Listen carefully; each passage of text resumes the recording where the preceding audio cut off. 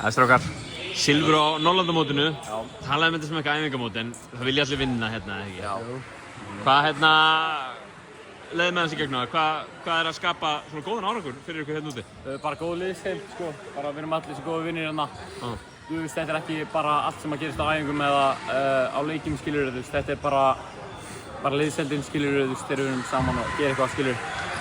Rosa orka í þessum leikjum. Þeir eru væntanlega þreyttir eftir svona marga leiki á svona fáum dögum. Já. Hvernig er orkustigið ólíkt því sem að kannski er í deildunum heima?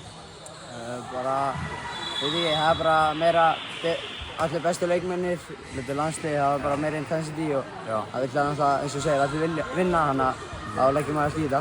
Er þetta ykkar fyrsta reynsla svona spilandi á meginlandinu? Hjá mér, en hann var í fyrra. Nei, já, ekki mér. Hafið eitthvað verið með félagsliðum eitthvað að spila? Já, eitthvað. Já, eitthvað prófað aðeins svona. Og er boltinn svona svipaður? Þetta er náttúrulega aðeins öðruvísi, sko, þú veist, intense, skilur við erum allir hérna helviti góður gæðir hérna, skilur við. Já, þannig að þetta er helviti meira intense, sko. Þið farið til Makedóníu og spilið hérna á Evrópumótinu þar. Eru þið ekki spenntir fyrir að fá að hérna taka aðra ferð með svona skemmtilegu liði? Jú, það verður ótrúlega gaman. Hver eru markmiðin ykkar fyrir farandinn í það? Bara vinna það. Já, bara að koma sem lengst, sko. Já. Komast upp í Ariel kannski? Já, vonandi. Það er drömmurinn. Kæra þakkir strákar og til hamingju með flott mót hérna. Já, takk.